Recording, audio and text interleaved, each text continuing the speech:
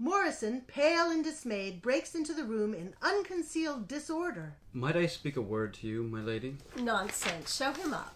Yes, my lady. Morrison goes. Does Morrison know who he is? Of course. Morrison has always been with us. Must be a regular corker for him, don't you know? Is this a moment to get on my nerves, Charles, with your outrageous expressions? But this is something out of the ordinary, really. Morrison is at the door. Mr. Undershaft. Morrison retreats in confusion. Andrew Undershaft comes in. All rise. Lady Britomart meets him in the middle of the room behind the settee. Andrew is, on the surface, a stoutish, easy-going, elderly man with kindly, patient manners and an engaging simplicity of character.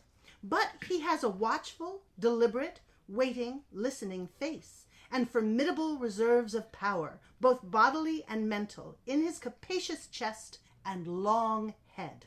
His gentleness is partly that of a strong man who has learnt by experience that his natural grip hurts ordinary people unless he handles them very carefully, and partly the mellowness of age and success. He is also a little shy in his present very delicate situation. Good evening, Andrew. How do you do, my dear? You look a good deal older. I am somewhat older. Time has stood still with you. Rubbish.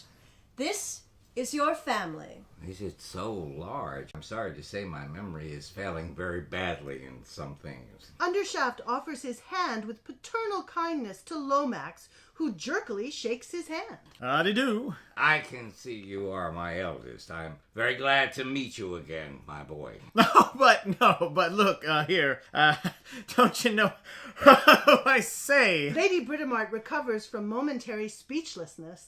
Andrew, do you mean to say that you don't remember how many children you have? Well, I'm afraid they have grown so much.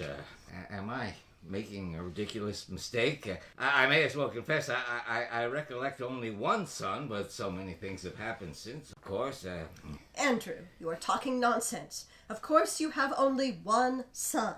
Perhaps you will be good enough to introduce me, my dear. That is Charles Lomax, who is engaged to Sarah. My dear sir, I beg your pardon. Not at all. Delighted, I assure you. This is Stephen.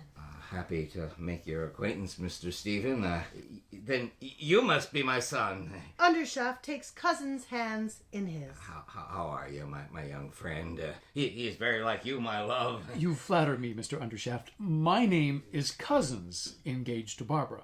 This is Major Barbara Undershaft of the Salvation Army. That is Sarah, your second daughter. This is Stephen Undershaft, your son. My dear Stephen, I beg your pardon. Not at all. Mr. Cusins, I am much indebted to you for explaining so precisely. Undershaft turns to Sarah. Barbara, my dear, Sarah? Sarah, of course. Undershaft shakes hands with Sarah, then goes over to Barbara. Barbara, am I right this time? I hope. Quite right.